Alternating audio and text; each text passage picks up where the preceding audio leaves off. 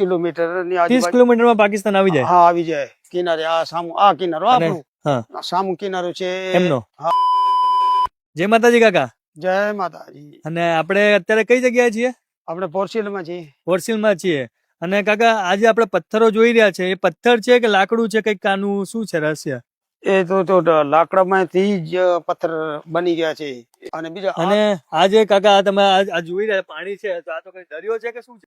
રણ છે. હમણાં જે આ ચોમાસાનું પાણી છે, આગે તો એટલે આ રણ છે કાકા? હા, આ રણ છે. પણ અત્યારે તો પાણી લાગી રહ્યું છે. હા, પાણી લાગી રહ્યું છે. ચોમાસાનું પાણી આવ્યું છે ને જ્યાં પછી સફેદ થઈ જશે. જયારે આ શું છે, નમકવાળી જમીન છે.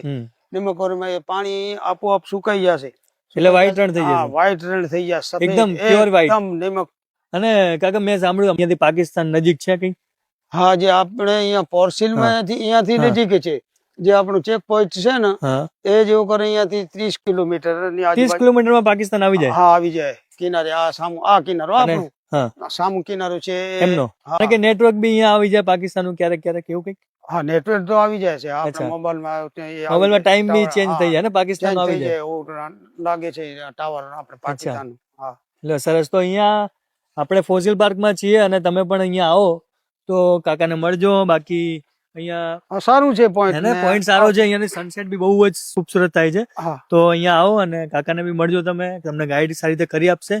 અને બહુ મસ્ત જગ્યા છે. જો આ બધા પથ્થરો છે અને ફોટોગ્રાફી માટે બી બહુ મસ્ત જગ્યા છે, વિડીયોગ્રાફી માટે બી બહુ મસ્ત જગ્યા છે અને બહુ હેરિટેજ વસ્તુ છે. તો ક્યારે પણ કચ્છમાં આવો છો તો ધોલાવીરામાં આવો છો તો ફોસિલ પાર્કની મુલાકાત લેવાનું ભૂલતા નહીં. શું કેવું કાકા? જય માતાજી. જય માતાજી. જય માતાજી.